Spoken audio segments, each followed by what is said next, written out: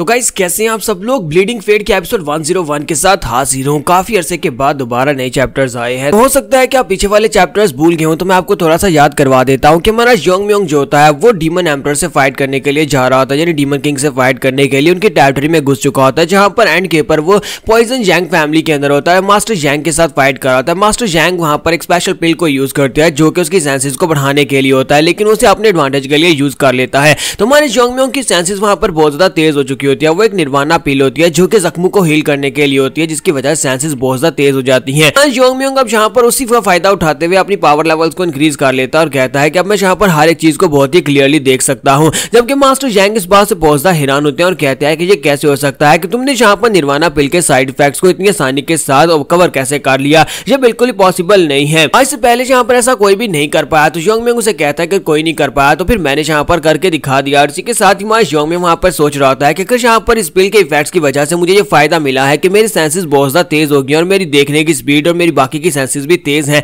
तो क्यों ना मैं यहाँ पर अपने इस फाइनल मूव को यूज करके देखूं। मैं सिर्फ और सिर्फ इमेजिन करता रहा हूं। जबकि दूसरी तरफ से मास्टर जैंग कहता है कि मैं ऐसा कैसे होने दे सकता हूं, मैं यहाँ पर इस लड़के को ये नहीं करने दे सकता, क्योंकि अगर जहां पर पॉइजन जैंग फैमिली गिरेगी तो डीमन किंग इस बात से बहुत ज्यादा गुस्सा हो जाएंगे और अगर हम बच भी गए तो वो हमें नहीं छोड़ेंगे। इसी के साथ ही वो एक फॉरबिडन टेक्निक को यूज करता है और अपनी पूरी बॉडी को डिमोनाइज कर लेता है और कहता है कि मैं तुम्हें मार डालूंगा और बड़ी तेजी के साथ जंप करते हुए आगे बढ़ता है। जबकि हमारा योंग म्योंग उसे कहता है कि चलो फिर आ जाओ, क्योंकि मुझे लगता है कि तुम्हारा वक्त आ चुका है। और हमारा योंग म्योंग कहता है कि इससे पहले कि निर्वाणा पिल के इफेक्ट्स खत्म हो जाए मुझे इस फाइनल टेक्निक को यूज करना पड़ेगा। और इसी के साथ ही हमारा योंग म्योंग वहां पर थोड़ा होकर थोड़ी देर अपनी आंखें बंद करता है, सोचना स्टार्ट करता है। हमारा योंग म्योंग कहता है कि मेरी वो वाली जो टेक्निक है वो तो पहले से यहाँ पर इस दुनिया में एग्जिस्ट करती है, लेकिन पहले मेरे पास इतनी स्पीड नहीं था, ना ही मैं कभी इस तरह की स्पीड को अचीव कर पाता। वो इनकी निर्वाणा पिल की वजह से पॉसिबल हो पाया है कि मेरी जो सेंसेस है बहुत ज्यादा तेज हो गई हैं। और हमारा योंग म्योंग जो होता है वहां पर अपनी फाइनल मूव को यूज करने लगा। वो एक बहुत ही पावरफुल मूव होता है जिससे वो वहां पर मल्टीपल कट्स लगाने वाला है। जैसे वो अपनी तलवार को वहां पर सामने की तरफ करता है, लेकिन वो अपनी तलवार को घुमाएगा नहीं, उसका डैगर उसके हाथ में होता है और मास्टर जैंग उसके करीब पहुंच जाते हैं।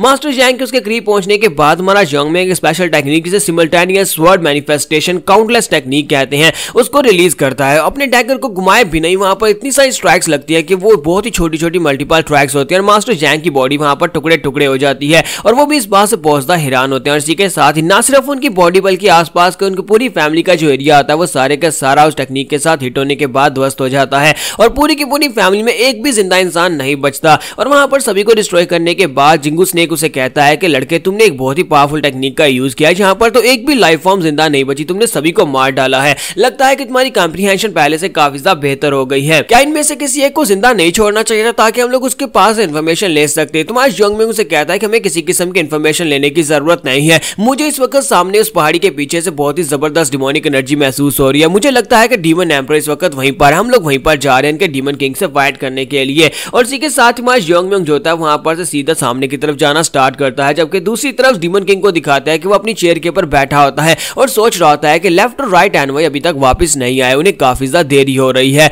हालांकि मैंने यहाँ पर उन दोनों से कहा भी था कि ध्यान रखना, मास्टर कुनलुन और साथ में दूसरा मास्टर ताइहो वो दोनों बहुत ही बुरी हालत में थे, लेकिन फिर भी यहाँ पर ये दोनों काफी ज्यादा पावरफुल थे क्योंकि वो दोनों जो थे वो अपनी पावर्स को खो चुके हैं। तो राइट एनवी और लेफ्ट एनवी को अभी तक उन दोनों को मारकर वापस आ जाना चाहिए था। हालांकि मैंने यहाँ पर इसको भी नजर में रखा था कि अगर वहां पर हिवनली लाइट्स यानी कि हिवनली राइट के अलायंस की तरफ से कोई मदद आ भी जाती है तब भी यहाँ पर राइट एंड लेफ्ट एनवी जो है उन लोगों को हराकर उन दोनों को मारकर जल्दी से वापस आ जाए, क्योंकि मैंने लेफ्ट एनवी के पास एक तलवार छोड़ी थी। उस तलवार के अंदर मैंने एक बहुत ही डेडली इवल स्पिरिट को डाल दिया था ताकि अगर जरूरत पड़े तो वो यहाँ पर उस स्पिरिट की मदद से उन टेक्निक्स को मात दे सके जो कि हिवनली राइटियस लाइंस की तरफ से जो मास्टर उनके पर यूज करने वाले हैं। अगर वहां पर टेंपल की तरफ से मास्टर जॉन जो कि वाजरा बॉडी में स्पेशलिस्ट है वो भी आ जाते हैं, तब भी यहाँ पर लेफ्ट एनवी को उसकी वाजरा बॉडी टेक्निक को तोड़ने में दिक्कत नहीं होनी चाहिए थी। तो अभी तक वो लोग वापस क्यों नहीं आए, क्योंकि उन्हें काफी ज्यादा देर हो रही है। और इसी के साथ ही डीमन किंग को वहां पर एनर्जी महसूस होती है कि जैंग फैमिली की जितनी एनर्जी थी वो सारी की सारी डेसिपेट हो चुकी है। और इसी के साथ ही माउई भी भागती वहां पर आती है और कहती है कि डीमन लॉर्ड बहुत ही बुरी खबर है, पॉइजन मास्टर जैंग फैमिली में कुछ हुआ है। तो ये बात सुनने के बाद उसे शांत करवा देते हैं और कहता है कि मुझे पता है, मैंने सब कुछ सेंस कर लिया है,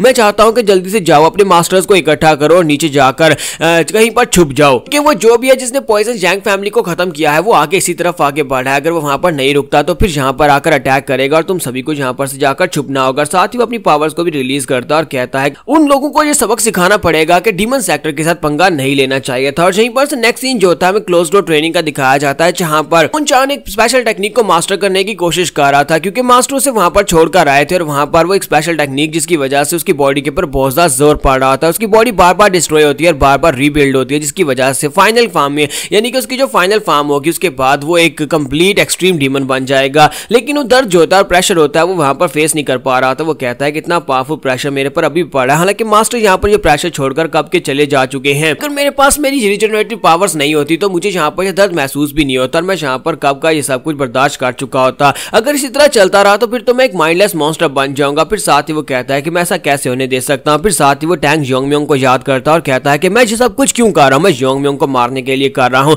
उस कमीने से मैं आगे निकलना चाहता हूँ तो मुझे इसे बर्दाश्त करना ही होगा। और इसी के साथ ही वहीं पर बैठ जाता है, शांत होकर वहां पर बैठ जाता है। हालांकि उसे अभी भी दर्द हो रहा होता है। इसी के साथ उसका सर उड़ जाता है, कभी उसके बाजू उड़ जाता है, कभी उसकी टांगे उड़ जाती हैं, यानी उसकी पूरी बॉडी वहां पर पूरी तरह से डिस्ट्रॉय हो रही होती है, रीबिल्ड हो रही होती है। उसके पास रीजनरेटिव एबिलिटी होती है, लेकिन वो भी इमॉर्टल नहीं है। इसी के साथ ही थोड़ी देर के बाद दिखाता है कि उसकी पूरी बॉडी जो होती है वो नई शेप में आ जाती है। उसकी पूरी बॉडी के ऊपर नए मसल्स आ जाते हैं और इस बार अब यहाँ पर उसकी बॉडी के ऊपर प्रेशर नहीं पड़ रहा होता, ना ही उसकी बॉडी वहां पर फूट रही होती है। इस बात से वो भी काफी हैरान होता है और कहता है क्या मैं यहाँ पर एक्सट्रीम डीमन राम में पहुंच गया, क्या मैंने यहाँ पर इसको अचीव कर लिया है। और साथ ही वहां पर जो डियर मास्टर होता है उसे कहता है कि बैंग रॉक, तो बैंग रॉक बाहर निकलता है और कहता है जी मास्टर आपने मुझे बुलाया। तो वो उसे कहता है कि मुझे बताओ कि मैं कितने दिन से यहाँ पर हूँ। तो वो कहता है कि मास्टर आप पिछले 15 दिन से यहाँ पर हैं। तो ये बात सुनते ही वो बहुत ज्यादा खुश हो जाता है और कहता है कि इसका मतलब यह है कि मुझे सिर्फ 15 दिन लगे, 15 दिन में मैंने यहाँ पर अपने लिए एक्सट्रीम डीमन लेवल को अचीव कर लिया है, जो तो बहुत ही अच्छी बात है। फिर साथ ही उठकर खड़ा होता है और उसे कहता है कि ये सब कुछ आसपास के एरिया को क्या हुआ, क्या मेरी बॉडी से निकलने वाली पॉइजनस एनर्जी से हुआ है।